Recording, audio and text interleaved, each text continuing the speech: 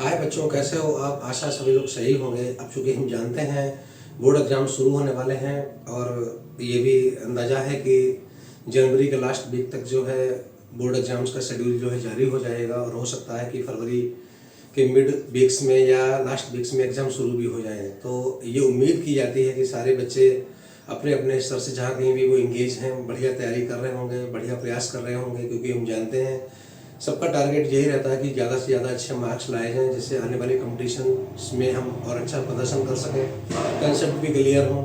तो 90+ स्कोर का टारगेट सबका रहता है। तो सब अपनी तैयारी में लगे होंगे, ऐसी उम्मीद है और ये अच्छी बात होगी।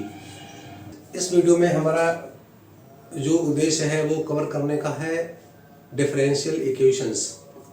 अब डिफरेंशियल इक्वेशंस क्यों? क्योंकि इसमें से 8-10 नंबर के अच्छे खासे सवाल पूछे जाते हैं और आने वाली जो परीक्षाएं हैं बढ़िया नंबर हमको दिलवा सकते हैं। साथ ही साथ जो आगे की कक्षाओं में आप प्रवेश करेंगे, डिफरेंशियल इक्वेशन का बहुत योगदान रहता है मैथमेटिक्स में, फिजिक्स में और इकोनॉमिक्स में, और बहुत से सब्जेक्ट्स ऐसे हैं जिनसे आपका पाला पड़ेगा कैरियर बनाते समय। तो उन डिफरेंशियल इक्वेशंस को हम कवर करेंगे इस सीरीज में।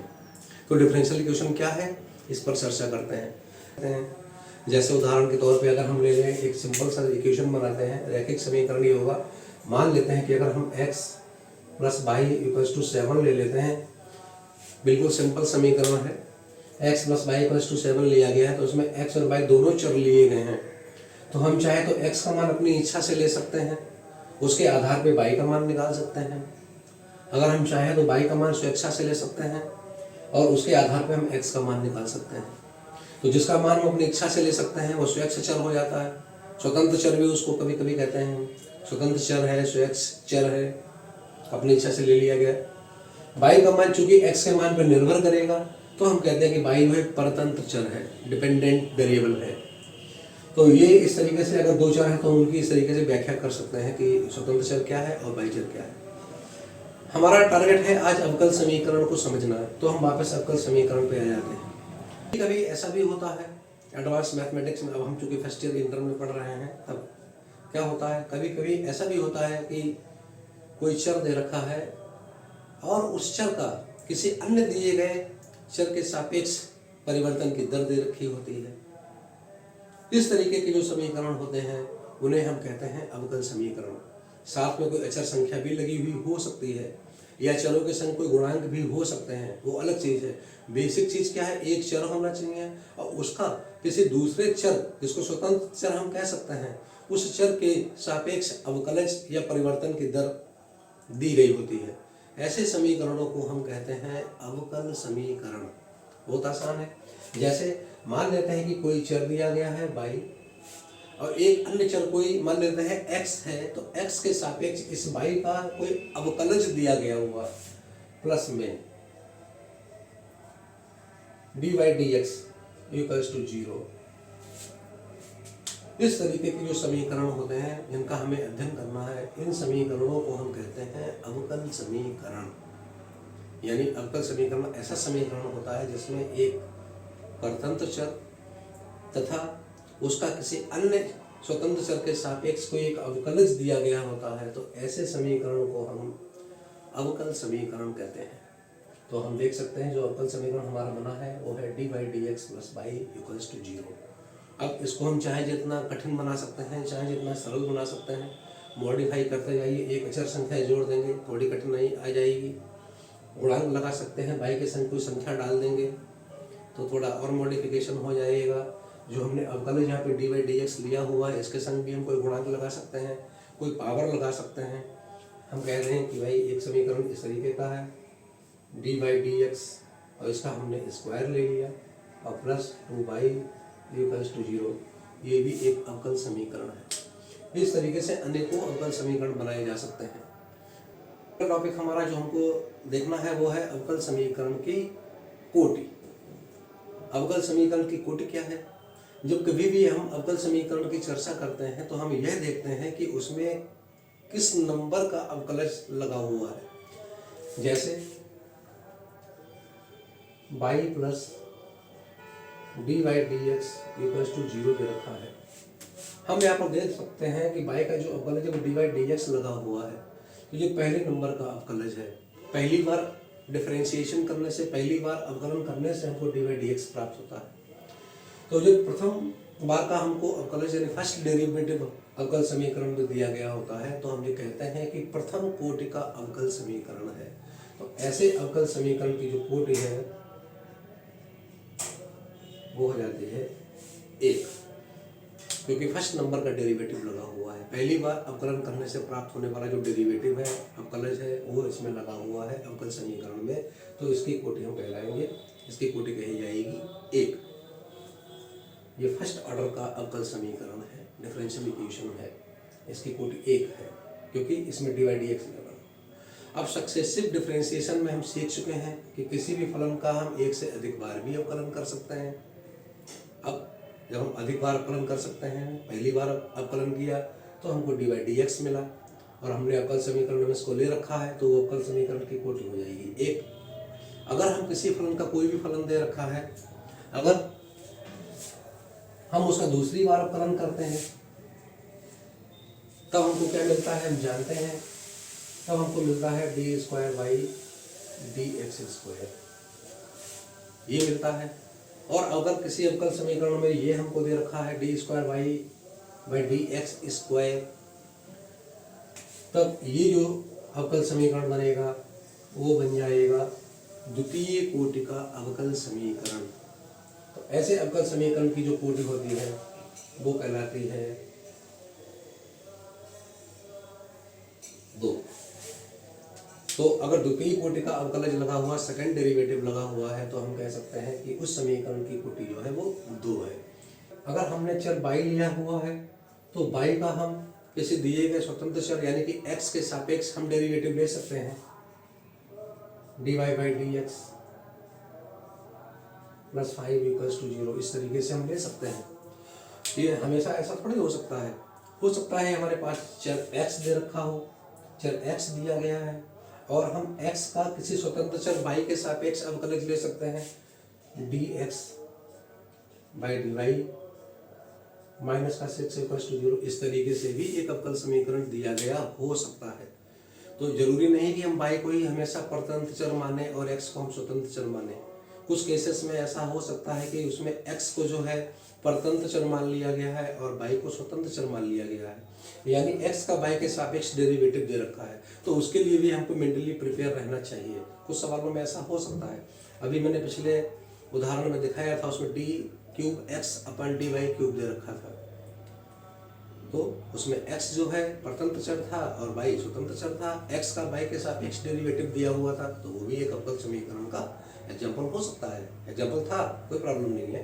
तो दिमाग में क्लियर होना चाहिए कि कोई भी चर स्वतंत्र हो सकता है और कोई भी चर परतंत्र हो सकता है, लेकिन कंसेप्ट वही है, एक चर होना चाहिए और उस चर का कोई डेरिवेटिव साथ में होना चाहिए, अवकल समीकरण बन जाएगा।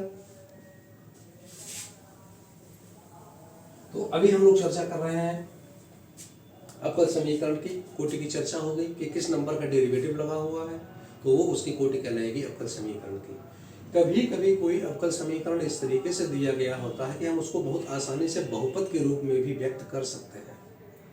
अगर इस रूप में हम व्यक्त कर सकते हैं, बहुपद के रूप में व्यक्त कर सकते हैं, तो उसकी कोई ना कोई घात भी होगी, क्योंकि बहुपद की घात जो है डिग्री पहले से ही हम लोग अच्छा 9-10 में उसको पढ़ चुके हैं कि बहुपद की अपनी घात भी होती है।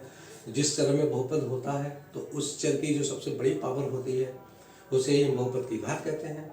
ऐसे ही कोई अगर अवकल समीकरण दे रखा है, बहुपद के रूप में दे रखा है, तो हम कह सकते हैं कि उस बहुपद की जो घात होगी वो उसकी अवकल समीकरण की घात कहलाएगी। लेकिन यहाँ पर यह होता है कि सबसे बड़ा जो डेरिवेटिव होता है, उस डेरिवेटिव की सबसे बड़ी जो पावर होगी वो अवकल समीकरण की घात कहलाएगी, डिग्री ऑफ डिफरेंशियल इक्वेशन कहलाएगी। जैसे मान लेते हैं कोई बहुपद हमको दे रखा है dy dx का whole square dy dx plus का 3 इक्वल्स टू 0। हम देख सकते हैं कि यहाँ पर जो डिफरेंशियल इक्वेशन लिखा गया है, अवकल समीकरण लिखा गया है, ये बहुपद के रूप में है। dy dx का whole square plus dy dx plus 3 equals to 0 ये दिया गया है। बहुपद के रूप में लिख दिया गया है, तो अब इसकी घात भी होगी। जैसा कि मैंने अभी बताया है, एग्जाम्पल दिया है। क्या एग्जाम्पल है कि जो जिस ऑर्डर का अवकलज लगा हुआ है उसकी सबसे बड़ी पावर देखनी है। तो यहाँ पर आप देख सकते हैं कि दोनों ही जगह डी बाई डी एक्स का इस्तेमाल किया गया है। तो फर्स्ट ऑर्डर का डेरिवेटिव लगा हुआ है, कोटि तो एक हो गई, लेकिन उसकी पावर सबसे बड़ी कौन सी है? पावर है इसकी 2। तो हम कह सकते हैं कि इस अवकल समीकरण की कोटि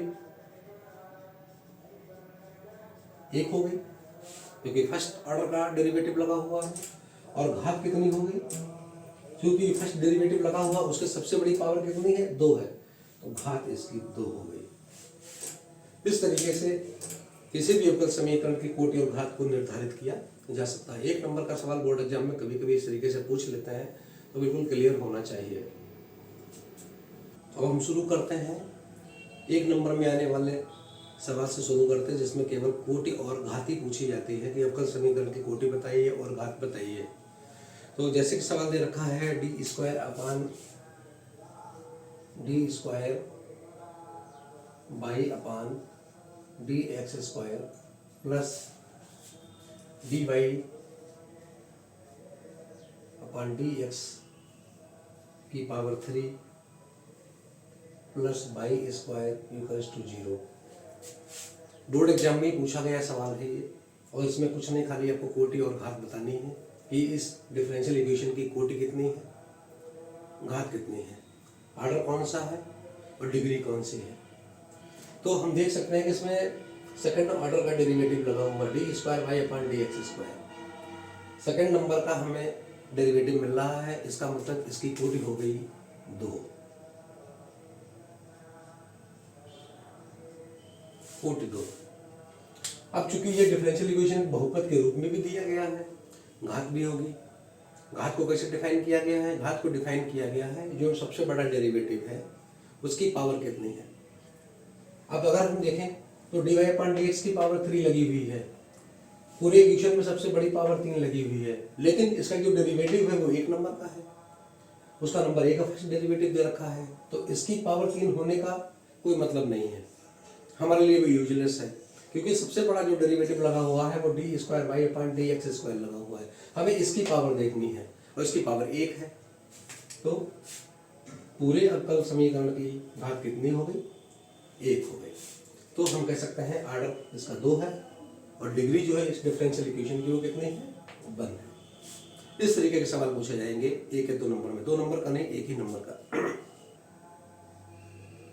x by D square by D X square plus X D Y D X का whole square equals to by D Y D x.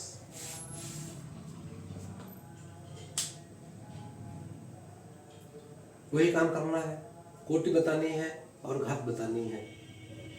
अगर हम इसको स्पष्ट रूप से देखें तो क्लियर हो जाता है कि इसमें जो डेरिवेटिव लगा हुआ है वो सेकंड ऑर्डर का लगा हुआ है, पावर भी लगी हुई, पावर 2 लगी हुई है, लेकिन उसका derivative D by D X दे रखा है जो कि फर्स्ट नंबर का डेरिवेटिव है, तो ये हमारे लिए यूजलेस हो गया। ये पावर 2 हमारे किसी काम की नहीं है, इससे मतलब नहीं है।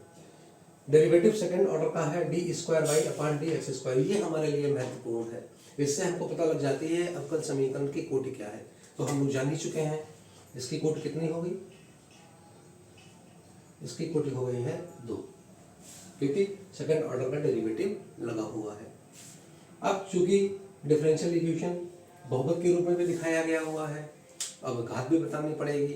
घात के लिए मैं पहले बता चुका हूँ कि जो हाईएस्ट ऑर्डर का जो डेरिवेटिव होता है उसकी जो पावर होती है वही अवकल समीकरण की पावर कहलाती है, डिग्री कहलाती है। तो सेकंड डेरिवेटिव लगा हुआ है और सेकंड डेरिवेटिव के ऊपर कोई पावर नहीं है, हम 1 मान सकते हैं कि पावर 1 लगी हुई है, इसका मतलब इस डिफरेंशियल इक्वेशन की घात जो है कितनी हो गई? 1। Very simple,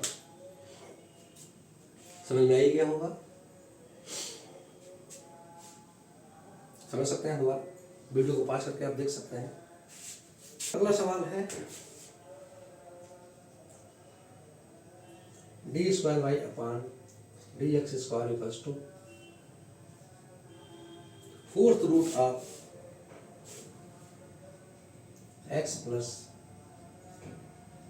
D Y D X का होल स्क्वायर। लो, बोर्ड परीक्षा में ही पूछा गया हुआ सवाल है, काम वही करना है, कोटि बतानी है और घात बतानी है। ऑर्डर क्या है और इसकी डिग्री क्या है। डिग्री मतलब घात, घात को डिग्री बोलेंगे।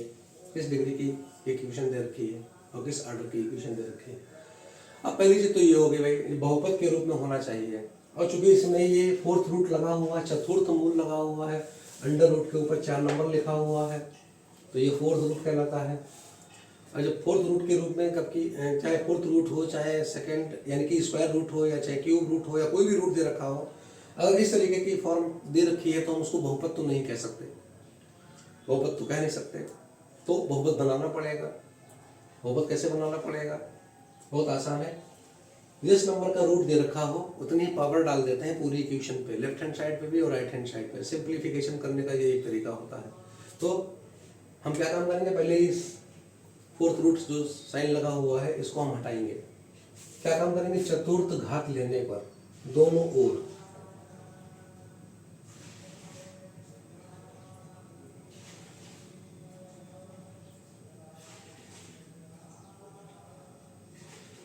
चतुर्थ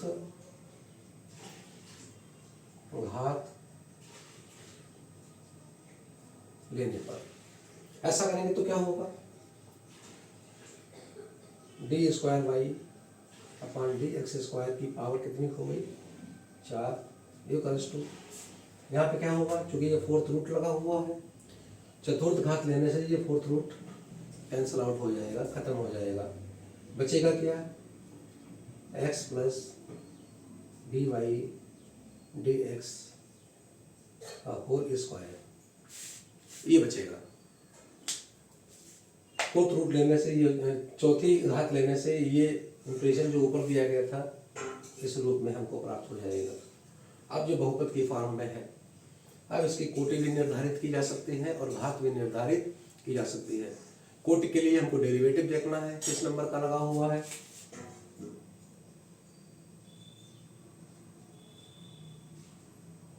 हम देख सकते हैं कि सेकंड ऑर्डर का डेरिवेटिव लगा हुआ है, D square Y upon D X square.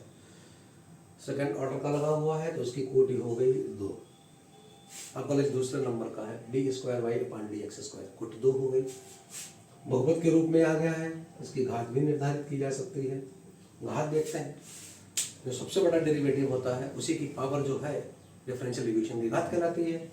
अब derivative D square Y upon D X square लगा हुआ है, यहाँ पे D Y upon D X लगा हुआ है, इसकी पावर 2 है D Y upon D X की, और D square Y upon D X square की पावर 4 चल रही है। तो चूंकि हमें सेकंड डेरिवेटिव से लेना देना है, ये हमारे किसी काम का नहीं है। तो D square Y upon D X square जो अवकलज है, सबसे बड़ा अवकलज है, तो इसकी पावर 4 लगी हुई है, तो पूरे डिफरेंशियल इक्वेशन की पावर कितनी हो जाएगी, 4 हो जाएगी। यानी जो हमको डिफरेंशियल इक्वेशन दिया गया है उसकी कोटि 2 है और उसकी घात कितनी है, 4 है। सिंपली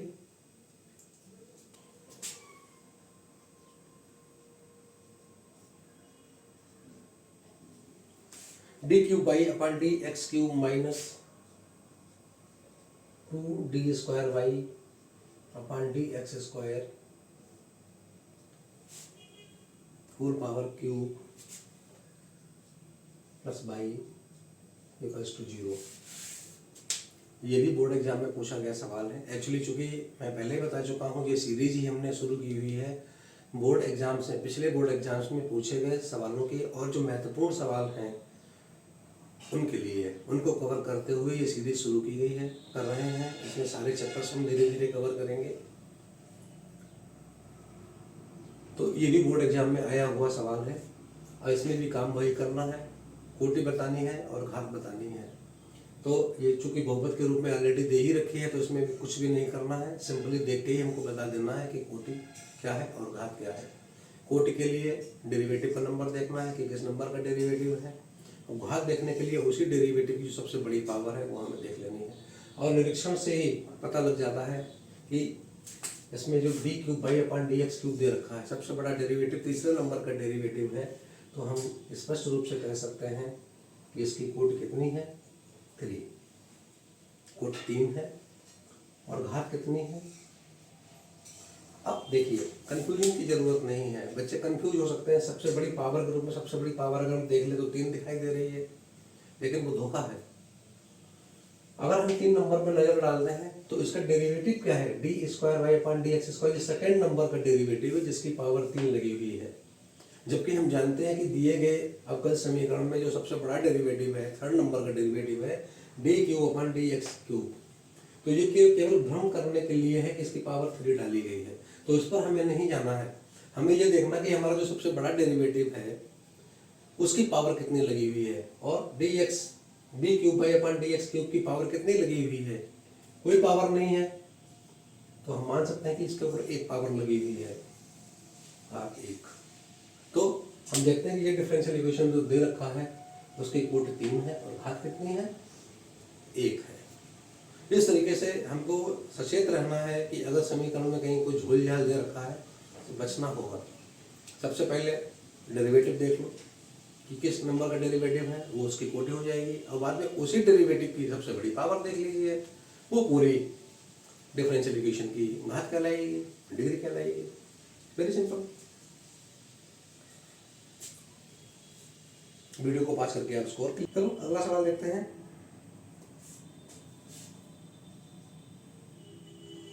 d4y अपॉन dx की पावर 4 की पावर 3 प्लस में दे रखा है D square Y upon D X square की power 4 plus D Y by D X की पावर 5 इक्वल्स टू 0। इक्वेशन दिया गया है, काम वही करना है, कोटि बतानी है और घात बतानी है। हो सकता है किसी सवाल में खाली कोटि ही पूछी जाए, या हो सकता है किसी सवाल में खाली घात ही पूछी जाए। हम यहाँ जो भी एग्जाम्पल हमने लिए हैं, प्रश्न लिए हैं, उनमें दोनों चीजें कवर कर रहे हैं, कोटि भी देख रहे हैं और घात भी देख रहे हैं। हो सकता है जो प्रश्न आए एग्जाम में उसमें खाली कोटि पूछ के ही काम चला लिया जाए या खाली घात पूछ के ही काम चला लिया जाए, लेकिन आपकी कंसेप्ट बिल्कुल क्लियर होना चाहिए, दिमाग में दोनों चीजें साथ साथ होनी चाहिए, सवाल मिस नहीं होना चाहिए। तो कोटि पे आ जाते हैं। अब इसमें डेरिवेटिव लगे हुए हैं, D Y upon D X लगा हुआ है, फर्स्ट ऑर्डर का डेरिवेटिव है, D square Y upon D X square लगा हुआ है, सेकंड नंबर का डेरिवेटिव लगा हुआ है, डी की power 4 by upon D X की पावर 4 दे रखा है, ये फोर्थ नंबर का डेरिवेटिव लगा हुआ है। अब फैसला आपको करना है कि इसमें कोटि कितनी बन रही है। मेरे ख्याल से तो उसकी कोटि 4 बनना चाहिए, 4। इसकी जो ऑर्डर है 4 है, क्योंकि फोर्थ नंबर का डेरिवेटिव इसमें चल रहा है, उसकी कोटि 4 हो गई। पावर देखते हैं। अब पावर में भी तमाम भ्रांतियां हैं। जो फर्स्ट ऑर्डर का डेरिवेटिव है इसकी पावर 5 लगी हुई है, सेकंड ऑर्डर का डेरिवेटिव है उसकी पावर 4 लगी हुई है, और जो फोर्थ ऑर्डर का जो डेरिवेटिव है इसकी पावर 3 लगी हुई है। कोई बच्चा आसानी से पजल हो सकता है, कंफ्यूज हो सकता है कि सबसे बड़ी पावर 5 लगी हुई है, 5 लगी हुई है, इसका मतलब डिफरेंशियल इक्वेशन की जो पावर है वो 5 हो गई। क्या वो सही होगा? डेफिनेटली गलत होगा। भले ही पूरे डिफरेंशियल इक्वेशन में जो सबसे बड़ी पावर 5 चल रही है, लेकिन हम ये भी तो देखें कि उसका डेरिवेटिव पर नंबर क्या है, तो फर्स्ट ऑर्डर का डेरिवेटिव है, भले ही उसके ऊपर सबसे बड़ी पावर 5 लगी हुई हो। ये हमारे लिए बेकार है, एक छलावा है, धोखा है, इस पर नजर ना डालो। उसके बाद पावर 4 लगी हुई है, लेकिन ये भी सेकंड ऑर्डर के डेरिवेटिव के ऊपर लगी हुई है, तो ये भी हमारे लिए बेकार है, धोखा है, भ्रम फैलाने वाली चीज है। अब जो सबसे बड़ा डेरिवेटिव यानी कि फोर्थ नंबर का डेरिवेटिव है उसकी पावर देखो, उसकी पावर कितनी है? 3। यही हमारे काम की है। इससे हमको पता लगता है कि डिफरेंशियल इक्वेशन की पावर कितनी है। वेरी सिंपली आप देख सकते हैं कि फोर्थ ऑर्डर का डेरिवेटिव कोटि 4 हो गई, और उसकी जो पावर है वो पावर है 3 हो गई। समझ में आ गया होगा, कोटि 4 है और घात कितनी है? 3 है। डिफरेंशियल इक्वेशन की कोटि 4 है और घात कितनी होगी? 3 हो गई। Very simple. तो कंफ्यूज होने की कतई जरूरत नहीं है। D cube pi upon D theta cube equals to root pi square plus D pi upon D theta whole square, ये दे रखा है। D cube pi upon D theta cube equals to root pi square plus D pi upon D theta का whole square. इसका भी हमें वही काम करना है, कोटि और घात बतानी है, कोटि और घात बतानी है। लेकिन समस्या है, अंडर रूट साइन लगा हुआ है, स्क्वायर रूट साइन लगा हुआ है। जब तक ये नहीं हटेगा, बहुपद के रूप में नहीं आएंगे, हम घात नहीं बता पाएंगे। कोटि तो हम बता सकते हैं, कोटि के लिए इसको हटाने की आवश्यकता नहीं, रूट साइन लगा हुआ है, इसको हटाने की जरूरत नहीं है। कोटि तो हमको पता ही लग जाएगी, वो तो देखने से पता लग रहा है कि थर्ड ऑर्डर का डेरिवेटिव चल रहा है, कोटि इसकी 3 हो गई। लेकिन पावर कैसे पता लगेगी, घात कैसे पता लगेगी, डिग्री कैसे पता लगेगी, उसके लिए हमें ये रूट साइन हटाना पड़ेगा। तो जैसे पीछे हमने एक बताया था, फोर्थ रूट को हटाने के लिए हमने क्या किया था, चतुर्थ घात लगाई गई थी। अब ये स्क्वायर रूट दे रखा है, कोई गिनती नहीं लिखी हुई है। जब करंडी चिन्ह के ऊपर कोई गिनती ना लगी हो तो उसको हम वर्गमूल मानते हैं, स्क्वायर रूट मान के चलते हैं। तो ये स्क्वायर रूट दे रखा है, वर्गमूल दे रखा है, तो वर्गमूल को हटाने के लिए हमको वर्ग करना पड़ेगा। दोनों पक्षों का वर्ग करने पर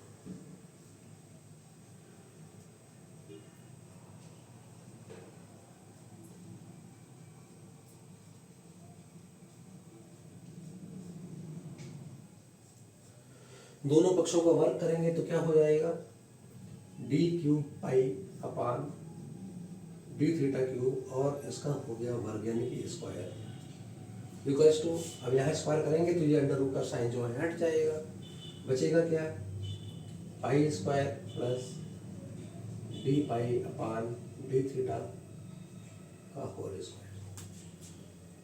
अब हम इसकी कोटि भी बता सकते हैं और इसकी घात भी बता सकते हैं। जिस नंबर का डेरिवेटिव चल रहा है वो कोटि है, और उसकी जो सबसे बड़ी पावर होगी वो इसकी घात कहलाएगी। कोटि कितनी होगी, D cube pi upon D theta cube चल रहा है तो कोटि हो गई 3, और इसकी पावर कितनी लगेगी, 2, घात होगी 2। Very simple. ये भी बोर्ड एग्जाम में पूछा गया सवाल है। जो भी सवाल मैंने बताया, प्रश्न मैंने समझाए हैं, बताए हैं, सबके सब बोर्ड एग्जाम में पूछे गए सवाल हैं। चलिए एक और सवाल देख लेते हैं। D square Y upon D X square power 3 plus D Y upon D X का whole square plus sine D Y upon D X plus 1 equals to 0। Question दिया गया है, बोर्ड एग्जाम में पूछा गया सवाल है, एनसीईआरटी की किताब में भी ये दिया गया है, अच्छा सवाल है। इसमें भी काम वही है, कोटि और घात ज्ञात करनी, कोटि और घात। देखो मैं पहले बता चुका हूँ, जरूरी नहीं है कि सवाल में कोटि और घात दोनों चीजें पूछी जाएं। हो सकता है किसी प्रश्न में बोर्ड एग्जाम में अगर आता है तो खाली कोटि पूछ के ही काम चला ले या घात पूछ के ही काम चला ले, लेकिन आपको दोनों तरीकों से तैयार रहना है। तो इस इक्वेशन में जो डिफरेंशियल इक्वेशन दी गई है, इसमें कोटि और घात दोनों को हम निर्धारित करेंगे, कोटि कितनी है और घात कितनी है। तो कोटि के लिए तो हम जानते ही हैं कि किस नंबर का डेरिवेटिव चल रहा है, और हम देख रहे हैं कि इसमें जो है सेकेंड ऑर्डर का डेरिवेटिव लगा हुआ है, D square Y upon D X square second order का डेरिवेटिव है, तो कोटि हो गई 2। अब आते हैं घात पे। घात तब होती है जब बहुपद के रूप में डिफरेंशियल इक्वेशन दे रखी हो, तो हमें ये देखना है कि क्या ये बहुपद के रूप में डिफरेंशियल इक्वेशन है। अफसोस D Y upon D x जो है साइन के फलन के रूप में दे रखा है, ये स्वतंत्र नहीं है, ये साइन के संग जुड़ गया हुआ है D Y upon D x. जब ये स्वतंत्र नहीं है, साइन का एक फलन बन गया है, तो ऐसी हालत में हम कह सकते हैं कि यह एक बहुपद नहीं है। जो डिफरेंशियल इक्वेशन तो है लेकिन ये बहुपद की फॉर्म में नहीं दे रखी है, इसलिए इसकी घात जो है वो निर्धारित नहीं की जा सकती।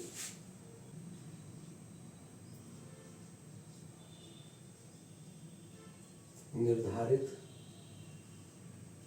नहीं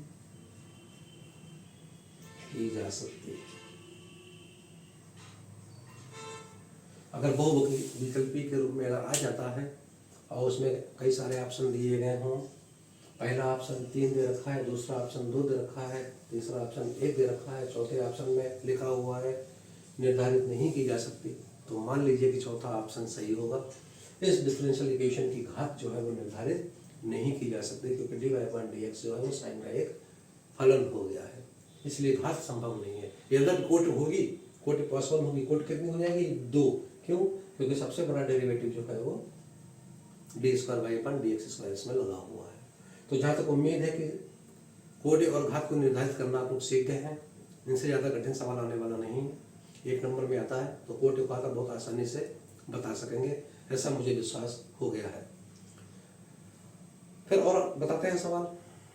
ओके, चलिए और एक सवाल देखते हैं। सवाल दे रखा है, प्रश्न बोर्ड एग्जाम में पूछा गया है, दिया गया है dy/dx equals to √a² - x²। अब हमें इसकी कोट और घात ज्ञात करनी है। तो अब यहाँ पे स्क्वायर रूट लगा जरूर है, लेकिन हम ये देखते हैं कि स्क्वायर रूट के अंदर कोई डेरिवेटिव नहीं दिया गया है। dy/dx चल रहा है लेकिन स्क्वायर रूट के अंदर नहीं है। तो एक तरीके से देखा जाए तो हमें इसका स्क्वायर करने की जरूरत नहीं है, इस स्क्वायर रूट को हटाने की जरूरत नहीं है। जैसा कि हम लोग स्क्वायर रूट को हटाने के लिए या थर्ड रूट लगा होता था, फोर्थ रूट लगा होता था, उसको हटाने के लिए बहुपद के रूप में लाने के लिए हमें चतुर्थ घात करनी पड़ती थी, पंचम घात करनी पड़ेगी, तृतीय घात करनी पड़ेगी और दोनों पक्षों का वर्ग करना पड़ेगा। वो सब करने की जरूरत नहीं है। क्यों? क्योंकि स्क्वायर रूट के अंतर्गत कोई भी डेरिवेटिव नहीं दिया गया है, ऑलरेडी बहुपद के रूप में हमको दे रखा है dy/dx। तो इसको ही देखकर हम कोट और घात का निर्धारण कर सकते हैं। तो dy/dx ये फर्स्ट ऑर्डर का डेरिवेटिव है, तो क्लियरली हम कह सकते हैं कि इस इक्वेशन की, डिफरेंशियल इक्वेशन की जो कोट है वो 1 है, और जो डेरिवेटिव लगा हुआ है उसकी पावर भी यहाँ पर 1 ही है। इसमें कुछ करने की जरूरत नहीं है, सीधे ही हम लोग देखकर बता सकते हैं कि इस डिफरेंशियल इक्वेशन की अवकल समीकरण की कोटि 1 है और घात 1 है। Very simple. एक और सवाल देखते हैं, और ये है d³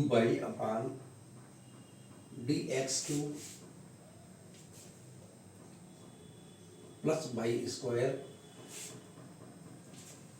plus e to the power dy/dx equals to 0। लो भाई, ये इक्वेशन है, दी गई अवकल समीकरण है d³ plus y² plus e to the power dy/dx equals to 0। वही काम करना है, कोटि और घात बतानी है।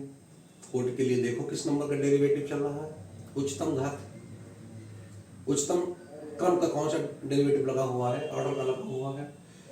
तो d³/dx³ जो हाईएस्ट ऑर्डर का डेरिवेटिव लगा हुआ है, तो यही उसकी कोटि हो जाएगी। एक डेरिवेटिव और भी है dy/dx जो इससे लोअर है, ये फर्स्ट ऑर्डर का डेरिवेटिव है dy/dx, और हमको देखना होता है हाईएस्ट ऑर्डर का। तो हाईएस्ट ऑर्डर का जो डेरिवेटिव है वो d³/dx³ है। तो बहुत आसानी से हम कह सकते हैं कि इसकी कोटि जो है वो हो गई 3। अब घात पे आ जाते हैं। घात, अब ये बहुपद नहीं है, दिया गया अवकल समीकरण एक बहुपद नहीं है, क्योंकि dy/dx यहाँ e के ऊपर लगाया गया है, e को रेज करके लगाया गया है, e की पावर के रूप में लगाया गया है dy/dx, तो बहुपद नहीं है। दिए गए डेरिवेटिव के पदों में ये बहुपद नहीं है, इसलिए हम कह सकते हैं कि घात जो है परिभाषित नहीं है।